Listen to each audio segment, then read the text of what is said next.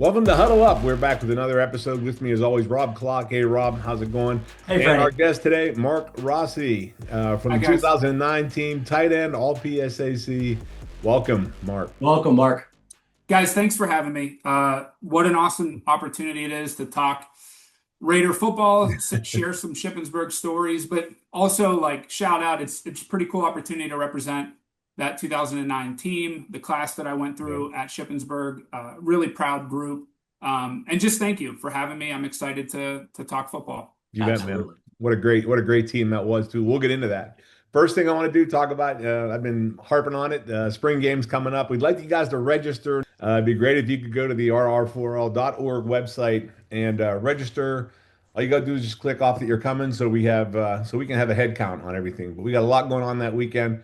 I'm really excited that Ron Johnson's going to be our keynote speaker Friday night. He's got a great story to tell.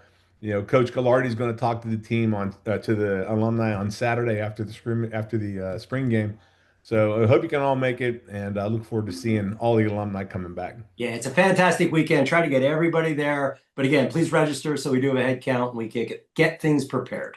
Hey, and like real quick, right? This is like the launching pad for the new coaching regime. This is kind of our opportunity, Yeah. I think, as alum and supporters of the program to show up, right? And show our support. It's so important. I know this was a big deal when Coach Mack took over for Coach Reese. And, I think showing up's the easy part, right? And I think it's a great starting point for us to show, how important the program is to us, but then also to support the boys and the team moving forward. So Yeah. That's a Good great point. point, man. I agree. Yeah, because it's so important to know that everybody's behind you as a new Yep. coach. We'll get into Coach Gallardi too. So, but before we do that, Mark, give me a little background. You're a Johnstown guy. I remember back in the day. I'm from Jeanette, Western PA. When they used to recruit heavy out there, they don't do that as much anymore.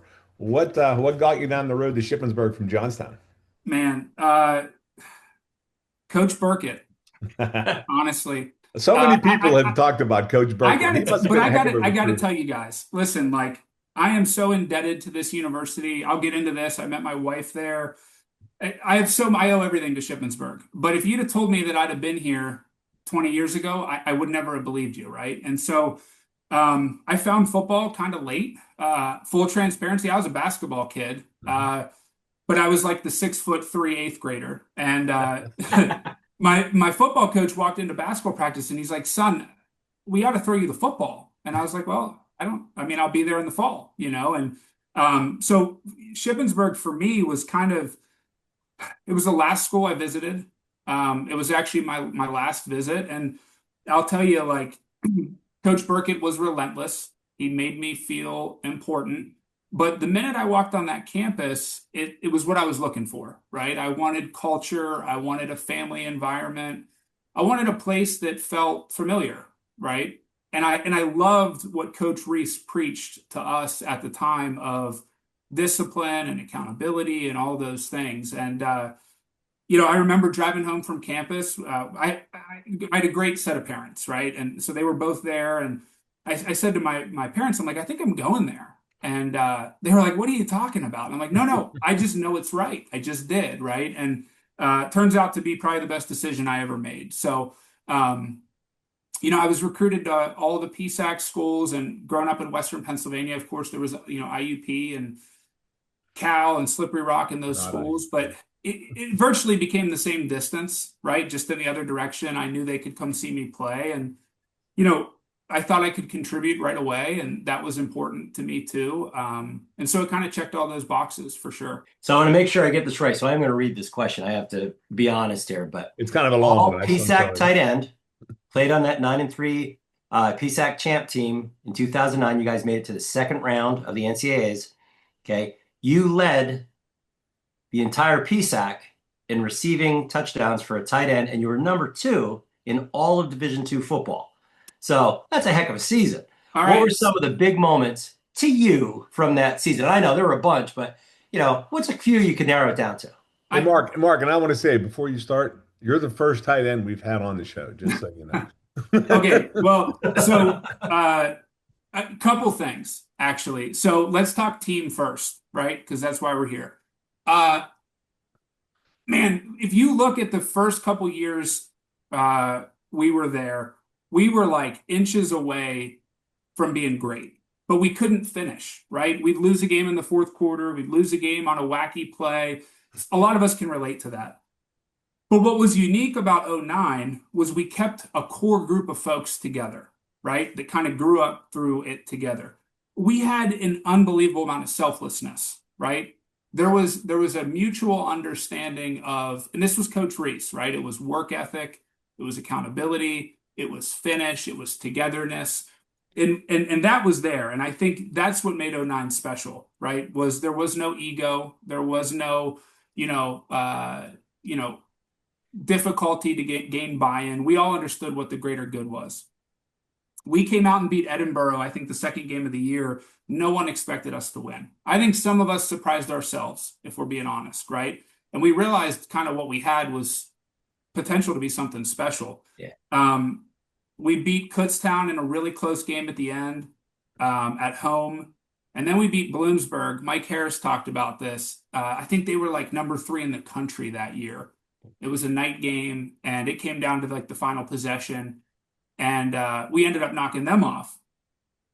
Then we saw Cal in the PSAC final, and Cal was like Cal, what it was in that era, had all kinds of kids transferring in. I mean, they had a new group of 20 guys every year. And here we are with the same group of 60 kids since we walked in as 18-year-olds, right? It was like two polarizing different cultures, two polarizing different approaches, and we stuck to our game plan, and we ended up winning, right? And we won the PSAC outright that year. It was an East and a West, and we ended up beating them at home.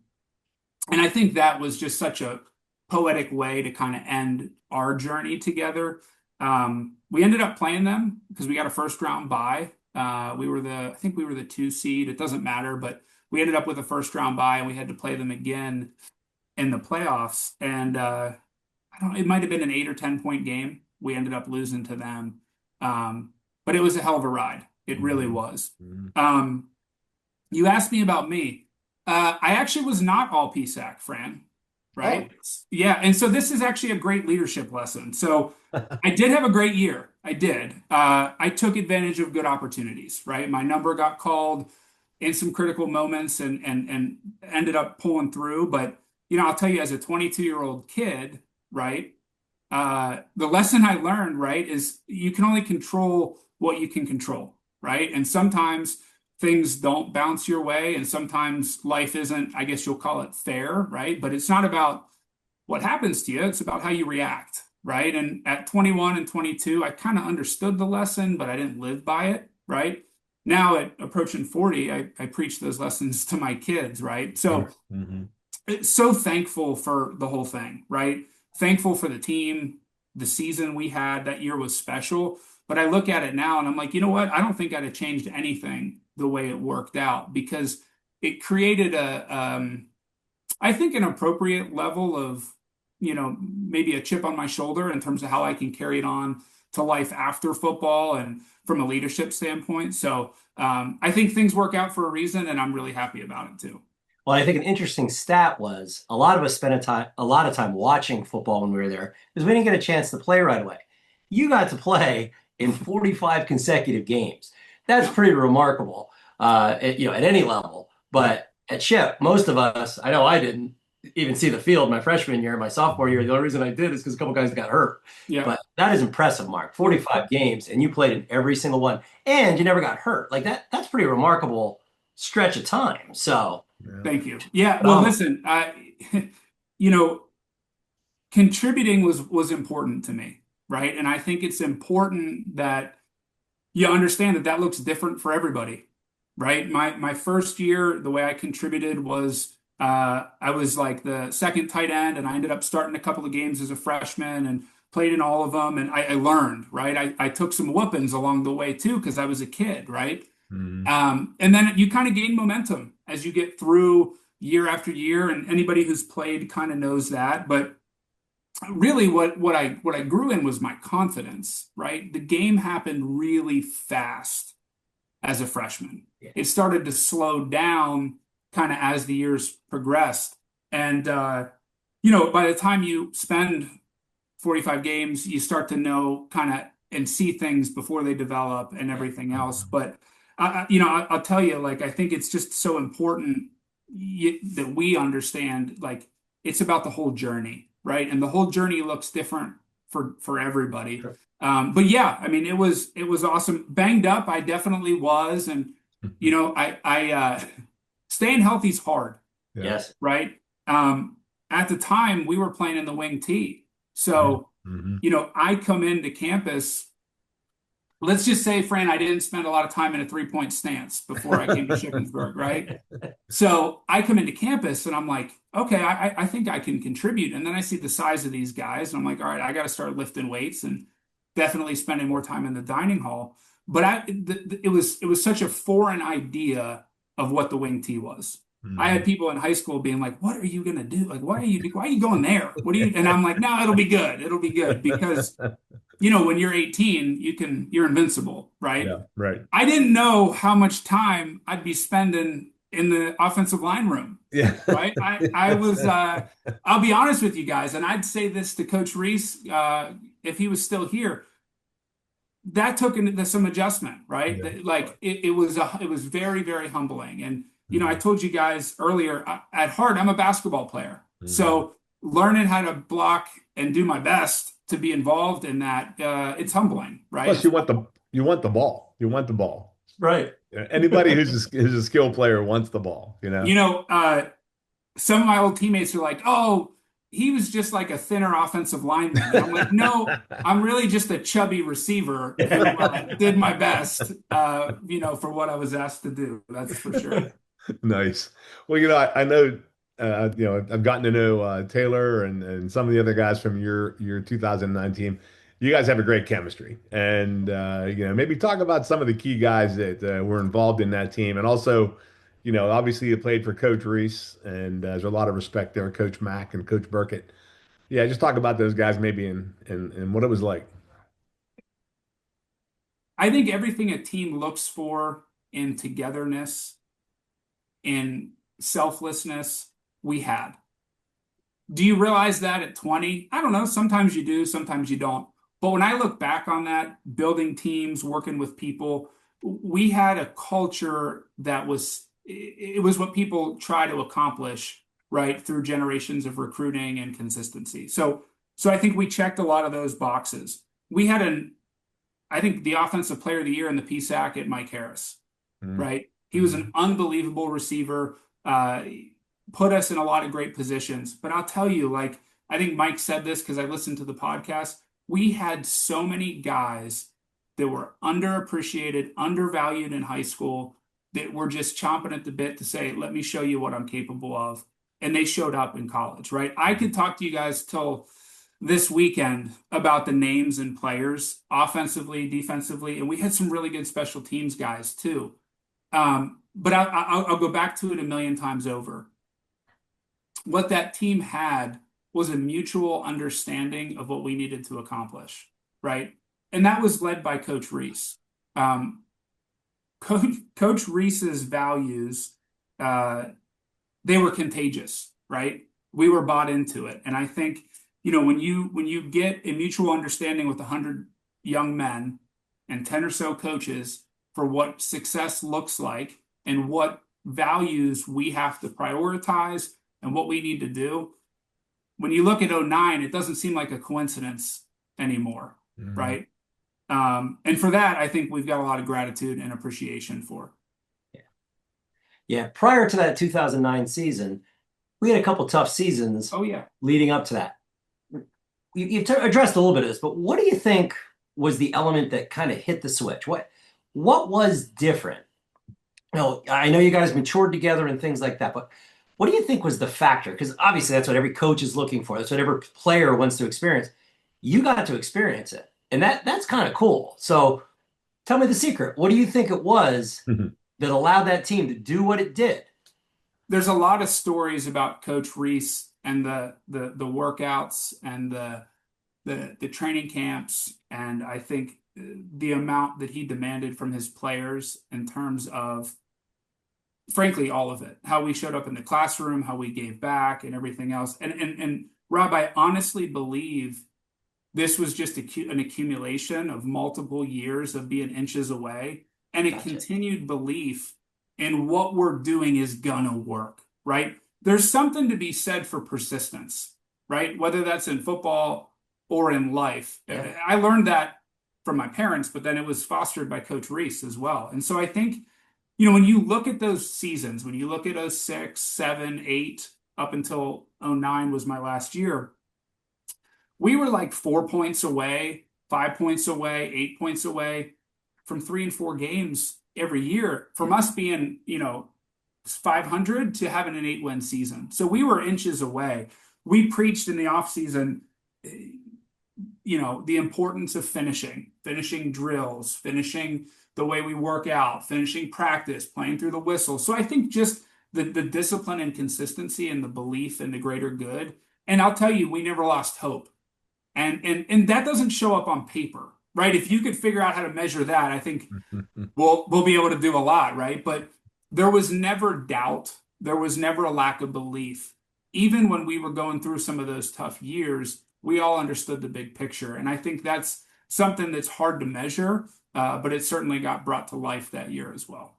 And I also think that's something today's game, I don't think you'll see it that much anymore with the transferring going on. And I understand, things have evolved and I understand it, but there's something to be said about that. You guys stuck together and look what happened. Like that is so special. Whereas I just don't see much of that happening today because kids are going to leave. Yeah. Kids are going to transfer. So, yeah, I know. Yeah, the ability to be able to keep a group of guys together for 4 years, and build that bond, build that's you're right, Rob. It's gone, but man, what a thing it is to be able to have it. I wanted to ask you, so kind of switch gears a little bit.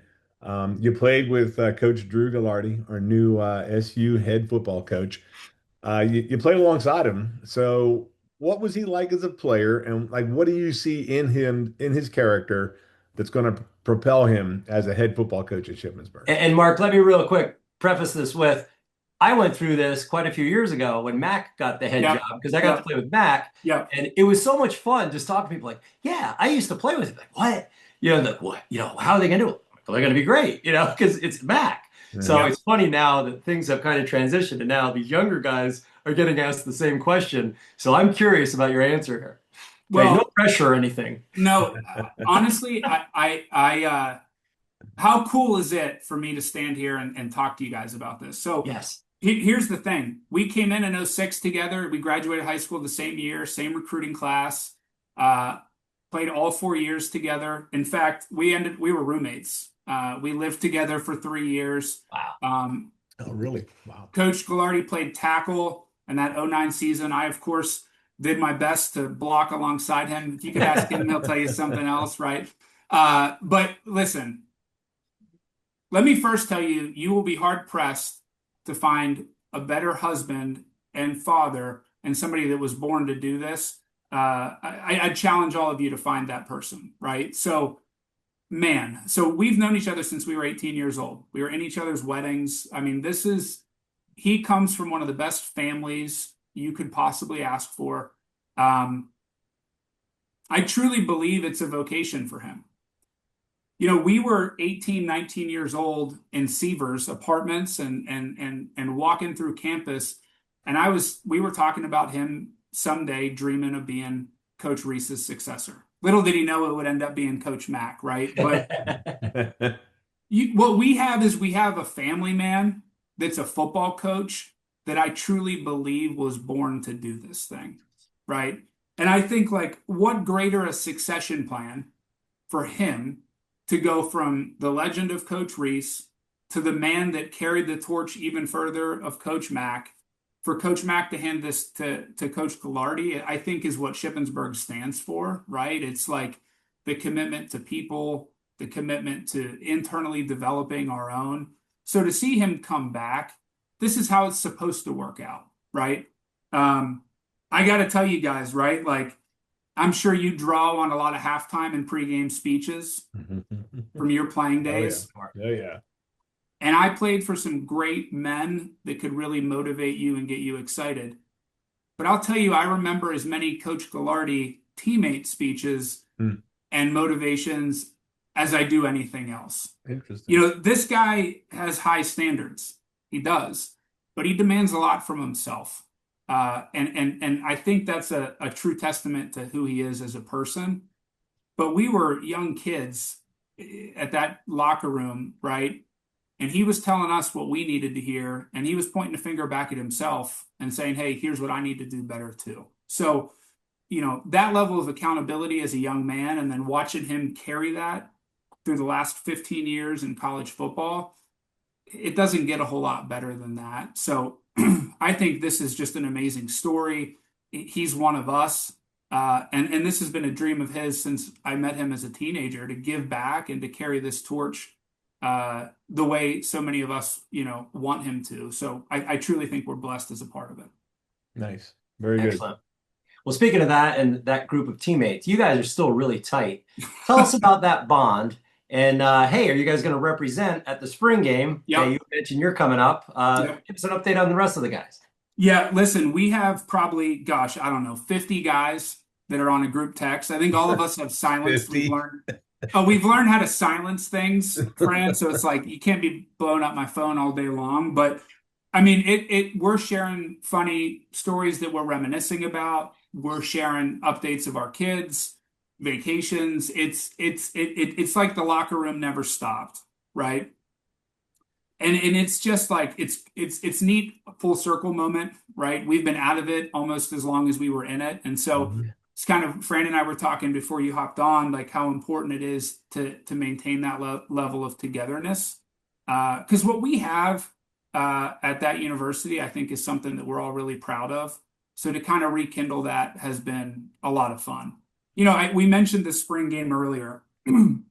There's so many ways for us to show support, right? And like, I do think it's important that people understand that, like, showing up at the spring game, showing up at the Coach Reese golf tournament. I don't golf. I'll be there. I'll drive a cart. I don't know, Fran, don't put any clubs in my hand, right? But it's showing up is the easy part, right? And if we've learned anything from those 4 or 5 years at Shippensburg, it's like, listen, effort is easy, right? And it costs nothing to give effort. So we've definitely got people coming for the spring game. I think, this is an easy time to talk about the golf outing and how important that is. But then I'll tell you, like, we're a couple weeks away from the Day of Giving in April for the university. And listen, like, it's my understanding there's going to be a QR code.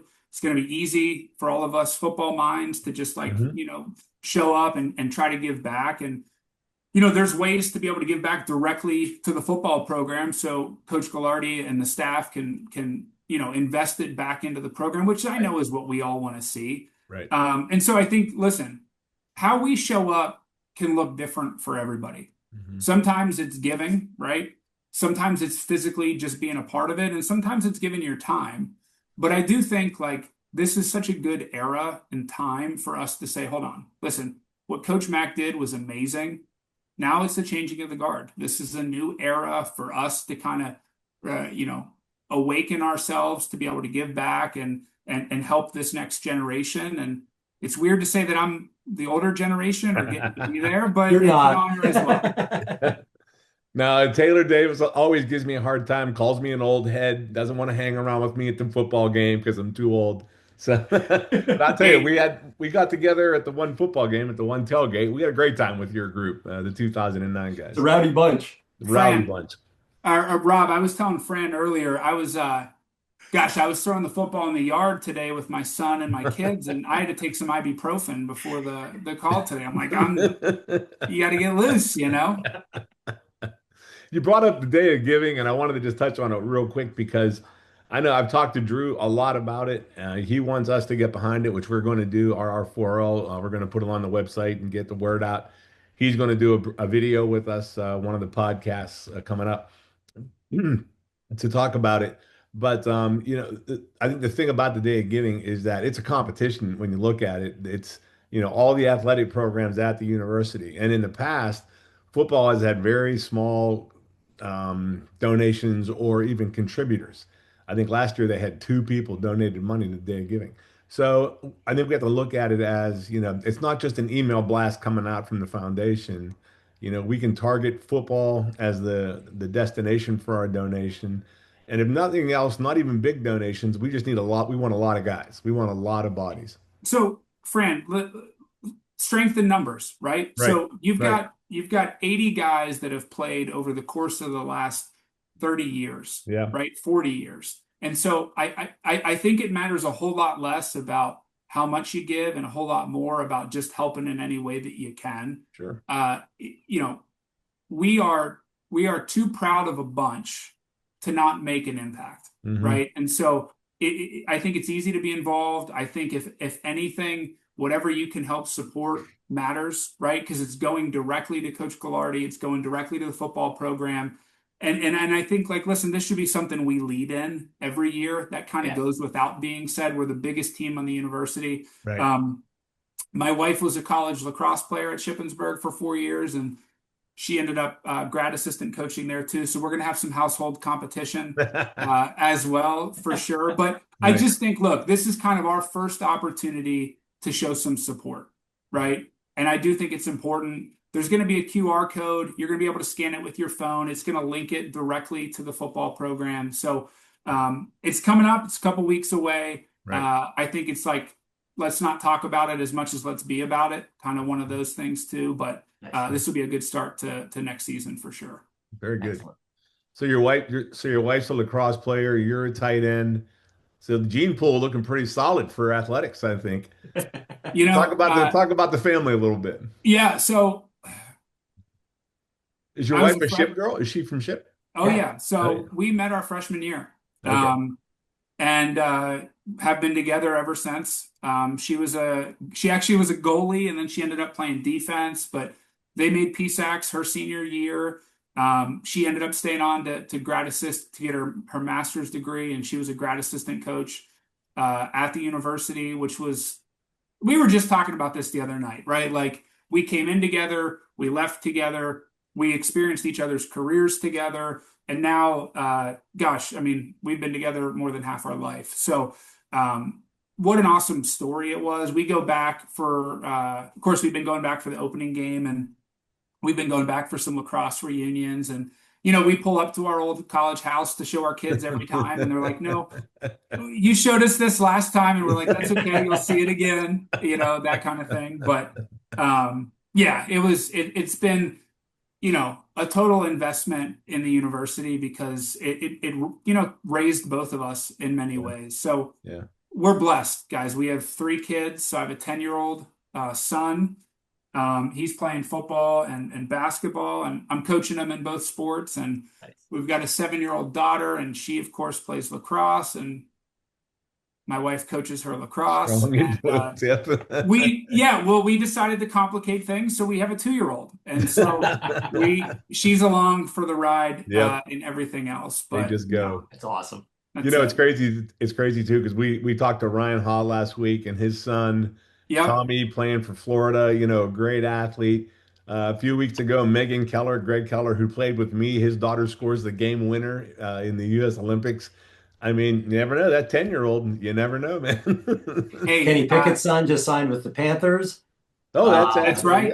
yeah, Yep. Yeah, I mean, Bo is now playing. Bo Prabula is now playing down at Virginia. Like, that's right. yeah, Yeah, it's just fun to watch the kids. So it we'll be really watching is. in a few years for your guys coming up through. This is the truth, right? I think what's so important in athletics is the lessons we learned, right?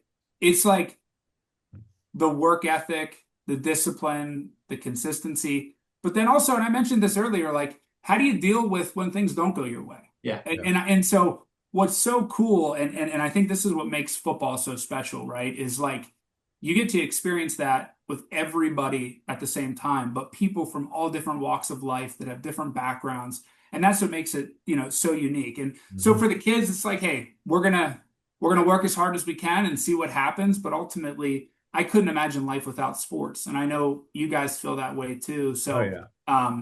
we're enjoying it while we can because, and I know it's cliche, but time keeps going a little too Yep, fast. it goes by quick. You're Mhm. right. Mhm. Nope, that's smart. Well, that was great, man. Anything else you want to talk about? Anything that I mean, we touched on a lot of great stuff. You did a great job. We'll be looking forward to seeing you at the spring game. Try to get the rest of your troop up there. Yeah, You like Fran, and I'm telling you the truth. The energy and the excitement that you guys have that are respectfully 20, 30 years older than we are, Yeah. kind of showed us like, hold on a second, it's time for us to get our shit together. Good. Right? It is, right? And everybody's shit is together in a different way. It just is, right? But that doesn't matter. Like what matters is being visible. What matters is being able to share these stories. What matters is being able to say, hey, look, this is the difference that this place has made in my life. I want to teach you these same lessons along the way. And I think this RR4L thing that's been brought to life is all that is right with where we need to head. And I also think, and I mean this sincerely, right? It's like we have to show these kids who are the classes before me that are now entering the workforce and becoming adults. Like, look, like there's a supporting network here of people that have done a lot of the things and experienced a lot of the things that you're going through right now. So how do we help you through a lot of that? And I think that's really critical as well.